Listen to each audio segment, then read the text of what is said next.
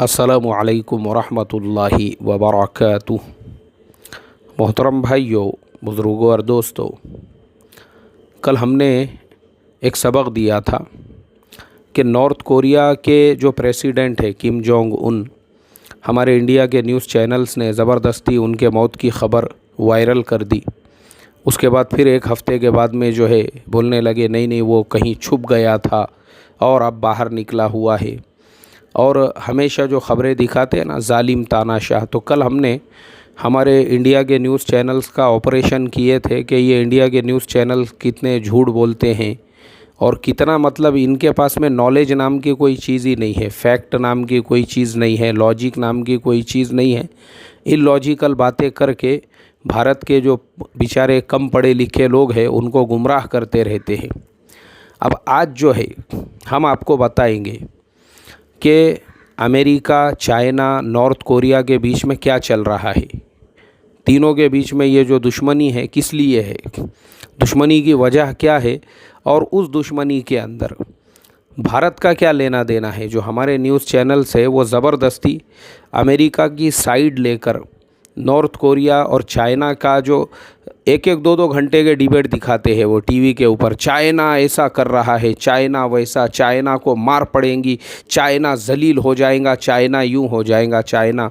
और चाइना के पीछे जो है पहले तो अमेरिका पड़ा हुआ है और इंडिया के पूरे न्यूज़ चैनल्स। आज हम ये सारे चीज़ों का खुलासा करेंगे, ऑपरेशंस करेंगे। अब उससे पहले हम शुरुआत करते हैं वहीं से जहाँ पे कल मैंने अपनी बात को ख़त्म किया था। कल मैंने अपनी बात कहाँ ख़त्म किया था? मैंने अपनी बात यहाँ पे ख़त्म किया था कि नॉर्थ कोरिया के जो प्रेसिडेंट है किम जोंग उन, वो तानाशाह नहीं है। यानी तानाशाह किसे कहते हैं? ज़बरदस्ती गद्दी पे कब्ज़ा करके बैठने वाले को। तो वो जिस ज़माने में उनके वालिद साहब प्रेसिडेंट थे वो तो पढ़ रहे थे स्विट्ज़रलैंड के अंदर, उनको बुलाया गया स्विट्ज़रलैंड से और फिर जो है नॉर्थ कोरिया का प्रेसिडेंट बनाया गया। अब हमारे जो न्यूज़ चैनल्स नॉर्थ कोरिया की तस्वीर पेश करते हैं, वहाँ लोगों पे ऐसा जुल्म है, वहाँ पे ऐसी पाबंदियाँ हैं, वहाँ ये है, वहाँ पे वो है। अब मैं आपको बताता हूँ नॉर्थ कोरिया के लोग कैसे रहते हैं और वहाँ की लाइफ लाइन कैसी है, लाइफ स्टाइल कैसा है। सबसे पहले मैं आपको बता दूँ, नॉर्थ कोरिया में इतनी आज़ादी है जितनी चाइना में भी नहीं है। मेरे इस सेंटेंस पे गौर करना। क्यों? चाइना में जा चुका हूँ, दो मरतबा गया हूँ चाइना को, मुझे पता है। आप जैसे ही चाइना पहुँचते हैं तो वहाँ पे सारे अमेरिकन प्रोडक्ट्स पे पाबंदी लगी हुई है। चाइना में आप गूगल नहीं यूज़ कर सकते, यूट्यूब नहीं यूज़ कर सकते, व्हाट्सअप नहीं यूज़ कर सकते, फेसबुक नहीं यूज़ कर सकते, ट्विटर नहीं यूज़ कर सकते, CNN और BBC जो न्यूज़ चैनल्स है उनकी वेबसाइट भी नहीं यूज़ कर सकते। इन सब पे चाइना में पाबंदी है। लेकिन नॉर्थ कोरिया अगर आप चले जाएंगे, वहाँ पे आपके पास में मोबाइल है, वहाँ का सिम कार्ड है, तो वहाँ पे भी 4G इंटरनेट चलता है। लेकिन वहाँ पे किसी भी अमेरिकन वेबसाइट पे पाबंदी नहीं है। नॉर्थ कोरिया में आप यूट्यूब देख सकते हैं, नॉर्थ कोरिया में आप व्हाट्सअप यूज़ कर सकते हैं, नॉर्थ कोरिया में आप फेसबुक यूज़ कर सकते हैं, नॉर्थ कोरिया के अंदर आप ट्विटर यूज़ कर सकते हैं, नॉर्थ कोरिया के अंदर सारी वेबसाइट्स जो अमेरिकन है वो यूज़ कर सकते हैं। एक बात तो ये। दूसरी बात, हमारे यहाँ पे ये जो झूठी खबरें दिखाई जाती है कि नॉर्थ कोरिया के लोगों पे इतना जुल्म है, वो टीवी पे ये नहीं देख सकते, वो नहीं देख सकते। ख़ुद हमारा एक इंडियन बंदा, ऐसे कई इंडियंस हैं जो नॉर्थ कोरिया जाकर आए, उन्होंने वहाँ पे वीडियो बनाई। उनमें से एक बंदे का मैं आपको बताता हूँ जिसके वीडियोज़ मैं देखता हूँ यूट्यूब पे। उसने अपने चैनल के अंदर बताया, बोले नॉर्थ को, मतलब उसने प्रैक्टिकल बताया, फिज़िकली बताया, टीवी के चैनल चेंज करते हुए उसने बताया कि नॉर्थ कोरिया के टीवी में कितने चैनल चलते हैं। नॉर्थ कोरिया के टीवी पे सारे साउथ कोरियन चैनल चलते हैं, सारे चाइनीज़ चैनल चलते हैं। यहाँ तक कि नॉर्थ कोरिया के अंदर यानी बहुत सारे ऐसे चैनल्स चलते हैं जिन पे चाइना में पाबंदी है, नॉर्थ कोरिया में वहाँ पे कोई पाबंदी नहीं है उसके ऊपर। तीसरी चीज़, हमारे यहाँ पर ये जो बताया जाता है नॉर्थ कोरिया के अंदर लोगों पे ऐसा जुल्म है, वैसा है, ये है, तो मैं आपको बता दूं, यानी वो जो बंदा है उसी ने बताया नॉर्थ कोरिया में इतनी आज़ादी है, वहाँ बड़े बड़े मॉल्स है, वहाँ बड़े बड़े थिएटर्स है, वहाँ पे हर चीज़ है, मतलब जो चीज़ हमारे यहाँ पर है उससे ज़्यादा है वहाँ के लोगों के लिए। और वो कोई, आपको क्या लगता, नॉर्थ कोरिया मतलब ऐसा छोटा सा मुल्क है? नॉर्थ कोरिया का जो साइज़ है, साइज़ रकबे के एतबार से इंडिया में अगर देखा जाए तो जितना बड़ा गुजरात और महाराष्ट्र है, दोनों को मिलाएंगे तो कितना बड़ा बनेगा, उतना बड़ा साइज़ जो है वो नॉर्थ कोरिया का है। इतना बड़ा रकबा है उसका, वो कोई ऐसा एक छोटा सा ज़मीन का टुकड़ा नहीं है, इतना बड़ा है वो इलाका। और वो उतने बड़े मुल्क के अंदर बड़ी बड़ी इंडस्ट्रीज़ है। और वो इंडस्ट्रीज़ कहाँ की है वो भी मैं आपको बताता हूँ। नॉर्थ कोरिया के रिलेशंस है चाइना के साथ में, तो चाइना की अक्सर जो कंपनियां हैं उनका प्रोडक्शन भी नॉर्थ कोरिया में होता है। तो नॉर्थ कोरिया के लोगों को भी रोज़गार मिलता है। उसके अलावा नॉर्थ कोरिया का अपना भी प्रोडक्शन है, क्योंकि छोटा मुल्क नहीं है वो। नॉर्थ कोरिया में इतनी तरक्की है, इंडिया को वो लेवल पे पहुंचने में और 50 साल लगेंगे। क्योंकि मैं आपको एकदम क्लियर बता दूं, नॉर्थ कोरिया में जो मेट्रो ट्रेन है, मेट्रो, मुझे आप सब पहले मुझे जवाब दो, इंडिया में पहली मेट्रो ट्रेन कहाँ पे आई? अभी भी इंडिया के कई बड़े बड़े सिटीज़, यहाँ तक कि मैं जिस पूना शहर में रहता हूँ वहाँ पर भी अभी मेट्रो का काम चल रहा है। यानी हम 2020 में हैं, अभी तक हमारे यहाँ के बड़े बड़े शहरों में मेट्रो नहीं है, अभी काम चल रहा है यहाँ पे भी। अभी पता नहीं है मेट्रो कब आएंगी, वो पता नहीं है। बम्बई में आज से 2-3 साल पहले जो है इंडिया में मेट्रो आई है।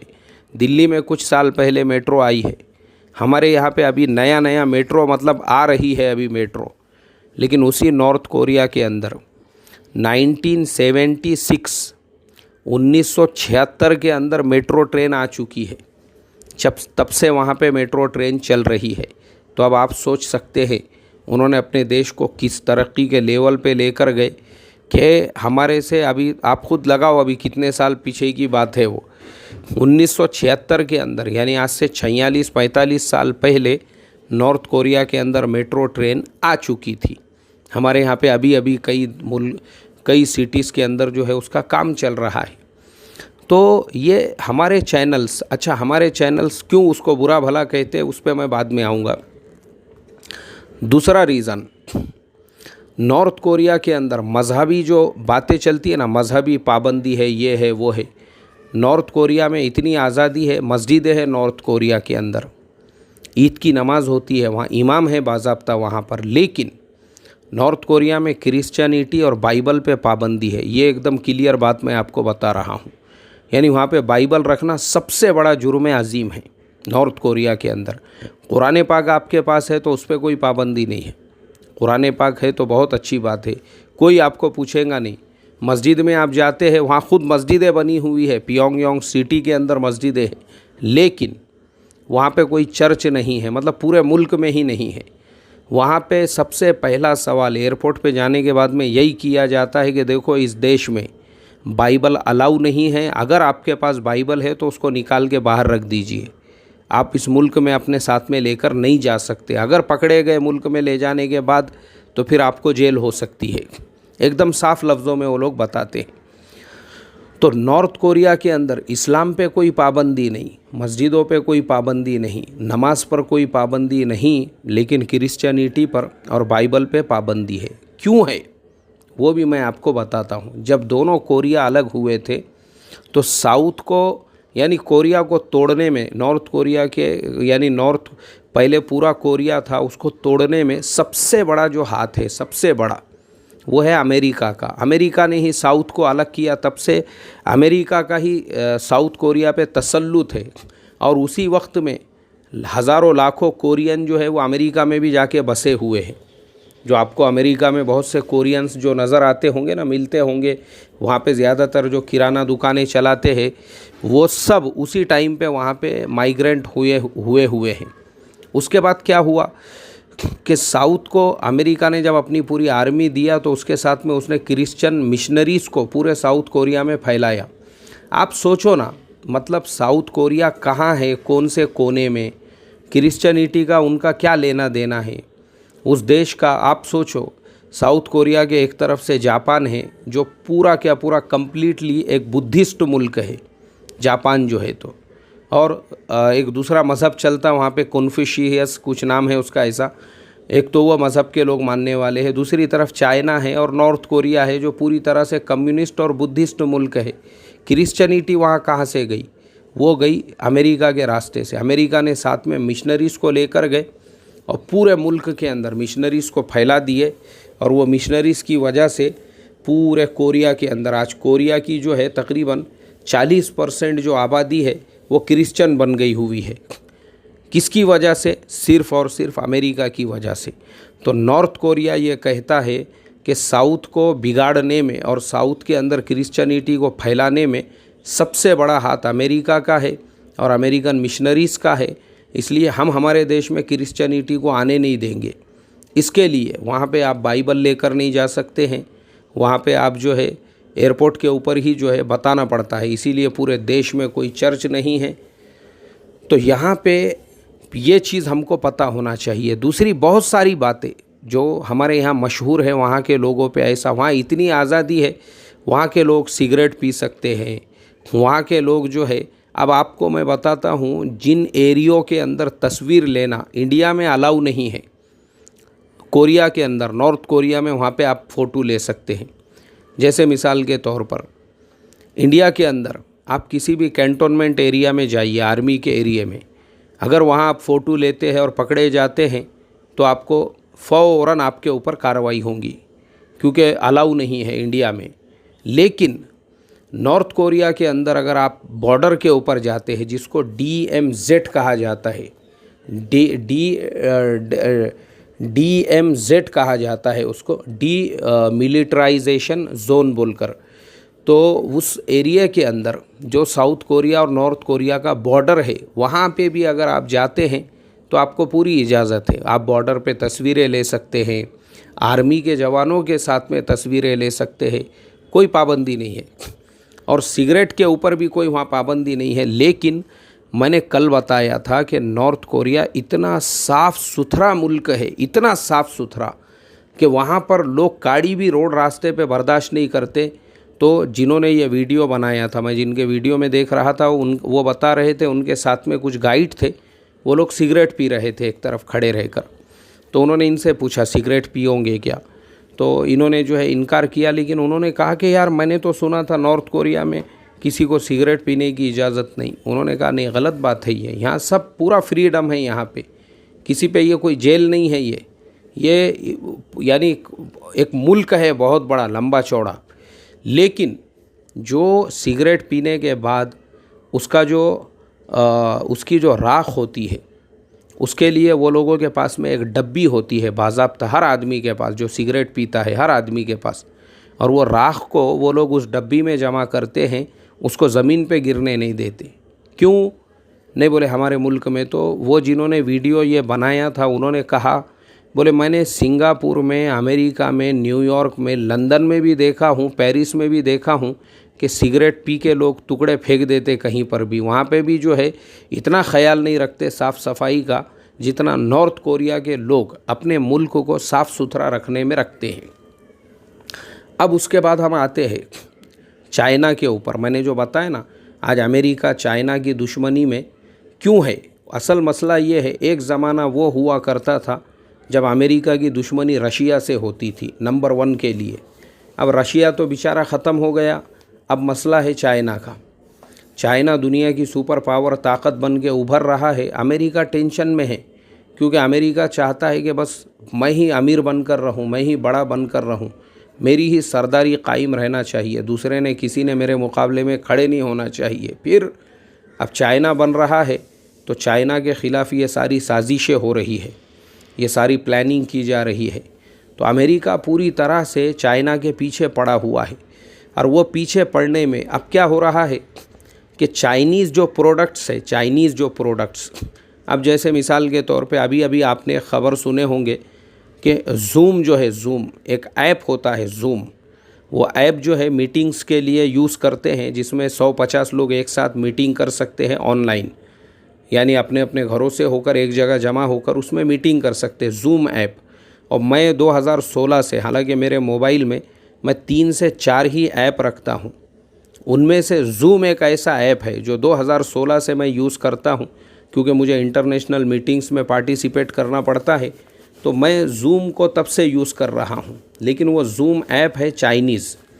अब वो चाइनीज़ होने की वजह से अभी क्या हो गया, सब लोग वर्क फ्रॉम होम कर रहे हैं। अब सब लोगों के वर्क फ्रॉम होम करने की वजह से पूरी दुनिया में ज़ूम ऐप अचानक से यूज़ में आने लग गया, जिसकी वजह से वो ज़ूम ऐप का जो शेयर था वो एक एक दिन में 14-14, 15-15% बढ़ने लग गया। कंपनी जो है रातों रात में मिलियनों से बिलियन बन गई, बिलियनियर बन गई। और कंपनी का जो सीईओ था, जिसने कंपनी की बुनियाद रखी थी, रातों रात वो कहाँ से कहाँ पहुँच गया। अब प्रॉब्लम, अमेरिका के पेट में दर्द शुरू हो गया, क्योंकि अमेरिका के पास इतनी बड़ी गूगल कंपनी है, गूगल का डीओ है और भी बहुत से प्रोडक्ट्स है, उनका स्काइप वगैरह है। उसके बावजूद दुनिया ने ज़ूम ऐप को इख्तियार किया। तो अमेरिका की तरफ से क्या फुसकी छोड़ी गई, बोले ज़ूम ऐप जो है वो जासूसी कर रहा है। हालांकि ये सरासर गलत बात है, मैं आपको बताता हूँ। मैं 2016 से ज़ूम ऐप यूज़ करता हूँ। सिर्फ वो ज़ूम ऐप चाइनीज़ प्रोडक्ट है, उसको कैसे बदनाम किया जाए, उसको कैसे जो है लोगों को उससे डराया जाए, वो डराने के लिए, सिर्फ डराने के लिए कि ज़ूम ऐप जो है वो मत यूज़ करो, ज़ूम ऐप आपकी जासूसी कर रहा है। हालांकि ज़ूम ऐप इतना सेफ़ है और इतना बेहतरीन ऐप है, वो इतना ज़बरदस्त है। मैं बता रहा हूँ ना, मेरे पास मुश्किल से 3 या 4 ऐप अपने मोबाइल में रखता हूँ। उनमें से एक ज़ूम ऐप है, वो भी इसलिए कि मुझे इंटरनेशनल मीटिंग्स में पार्टिसिपेट करना पड़ता है। तो वो ज़ूम ऐप के अगेंस्ट में इस तरीके की बातें चलाई गई। अब उसके बाद कल एक और न्यूज़ पढ़ने के लिए मिली कि बोले वो जो एमआई का फ़ोन है वो भी आपकी जासूसी करता है। क्यों? क्योंकि वो भी चाइनीज़ है। तो अमेरिका चाइना को बढ़ते देखना नहीं चाहता है, इसलिए अमेरिका की ये पॉलिसी है कि चाइना को जलील किया जाए, चाइना पे बहतान लगाए जाए, चाइना के जो है प्रोडक्ट्स को बदनाम किया जाए। अच्छा, अब इसमें इंडियन न्यूज़ चैनल्स का किस लिए तकलीफ़ है? इसलिए तकलीफ़ है क्योंकि चाइना कुछ ऐसे देशों का बहुत करीबी दोस्त है जिनसे इंडिया के रिलेशंस ख़राब है। इंडिया की जिनसे नहीं जमती, चाइना की उनकी बहुत अच्छे से जमती है। चाइना और वो एक ही प्लेट में खाते हैं। तो ये हमारे न्यूज़ चैनल्स को देखा नहीं जा रहा है। तो ये भी सुबह से शाम तक चाइना के ख़िलाफ़, चाइना के अगेंस्ट में, चाइना को बुरा भला बोलने में लगे हुए हैं और वो चाइना के प्रोडक्ट्स के ख़िलाफ़। तो ये सारा पॉलिटिक्स है। मैंने जैसा वो ओगर मुसलमानों के मसले पे मेरे कम से कम 10 सबक होंगे मेरे चैनल पे, आप लोग तलाश करो, सुनो, उसको पता चलेगा मेरा पॉइंट ऑफ व्यू उस बारे में क्या है।